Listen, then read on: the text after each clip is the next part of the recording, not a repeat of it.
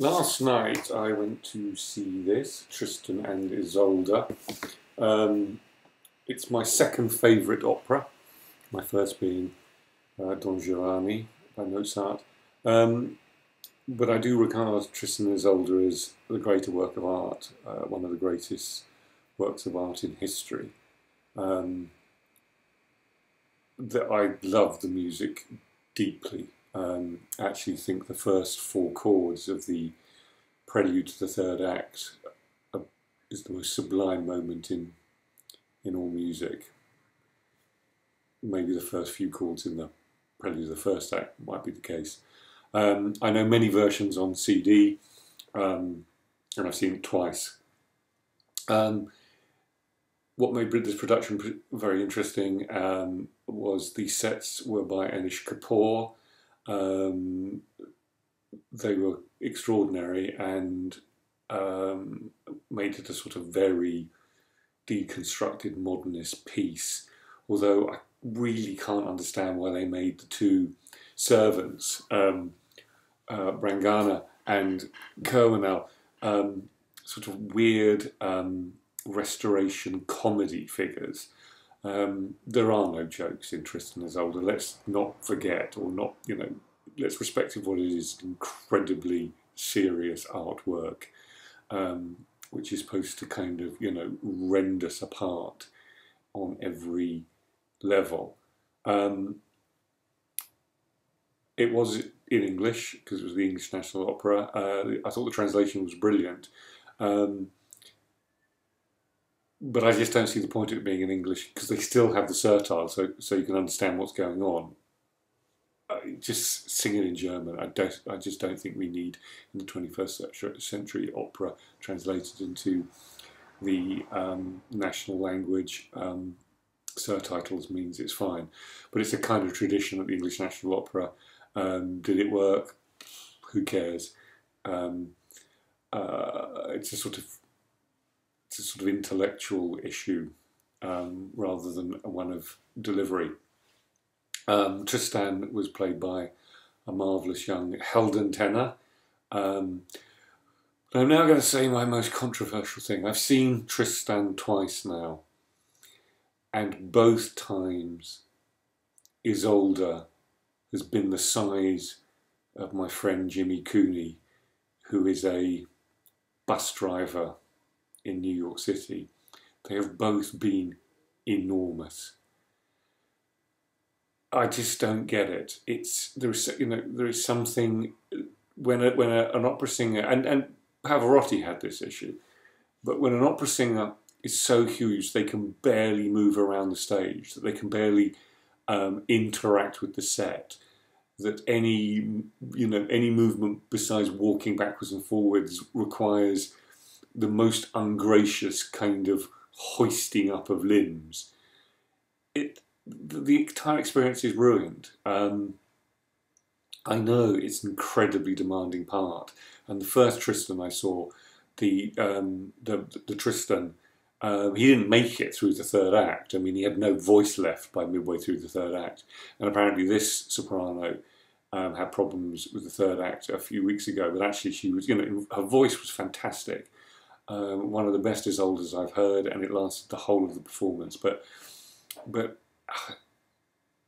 it was it breaks the suspension of disbelief if someone is so huge that you have to navigate what that means for the production. That is she going to make it up those stairs?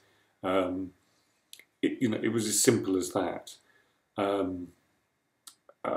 But I enjoyed it. I'm not sure I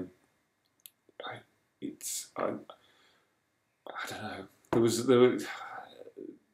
The production was kind of interesting rather than super engaging, and I do think the problem with with opera, especially Wagner opera, very long opera, when you have a score, it's very hard to cut or make structural and textual changes to kind of do something interesting with it. So you're left with these incredibly, there are longueurs in it. The music is so fantastic that isn't a problem. But and apparently there were cuts made in the second act, but it's still a 4.5 hour opera or whatever it was, is quite challenging to even me, and I have huge patience when it comes to these things. So that's opera. This is the novel I'm reading at the moment, Little Red Chairs by Edna O'Brien.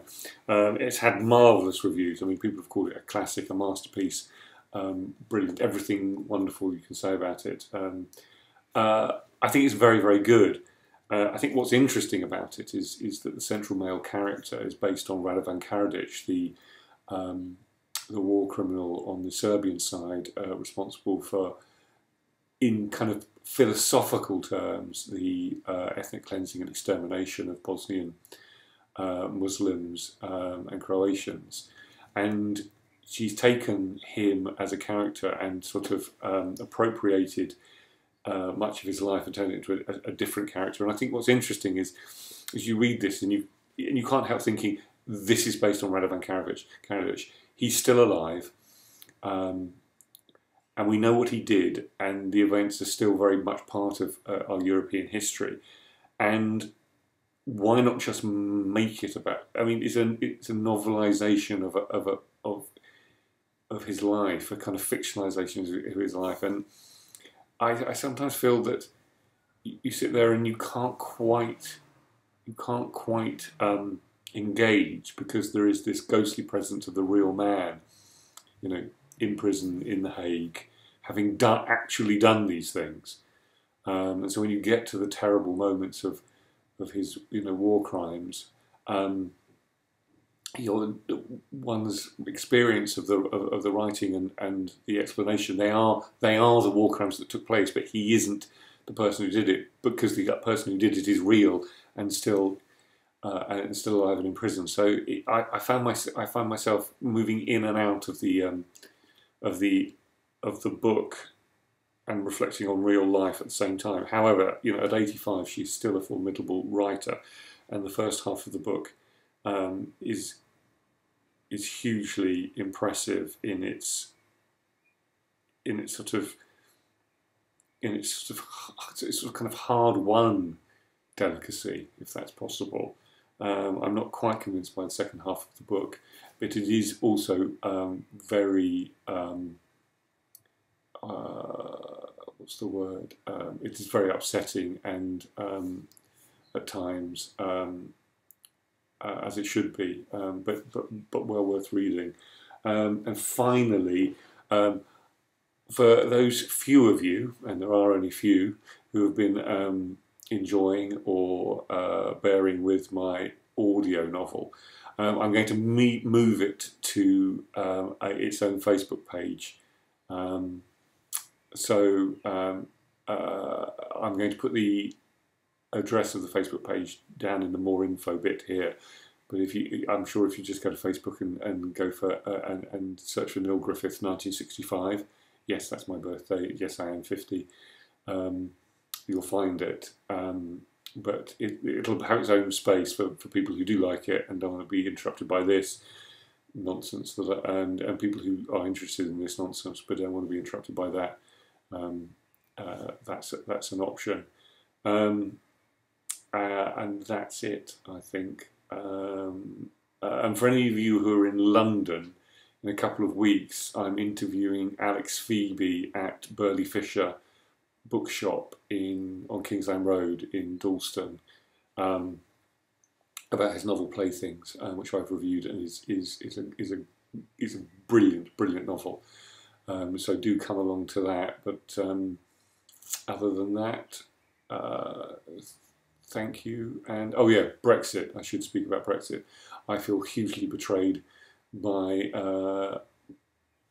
my putative nation. I don't really regard myself as British particularly. I feel my natural home is the east coast of the United States. My spiritual home is probably Europe. But I just feel we are morally diminished as a nation. But I have to say, I don't blame many people. For many people in the north of this country, for whom the post-industrial experience is very bleak indeed, Why would you vote for the status quo? I do understand that. But what has come with it has been a rise in racist abuse and a kind of permission and legitimization of a certain kind of xenophobia and racism because this nation has stupidly voted out. So I kind of want to apologise for the rest of the world, to the rest of the world, not for the rest of the world. I want to apologise to the rest of the world for what is a incredibly retrograde and morally questionable democratic decision by this country. But I'm not a natural democrat anyway. I don't really think we should be given people who are unequipped to make a decision the ability to make a decision. And that goes for many politicians as well. But anyway, thank you very much.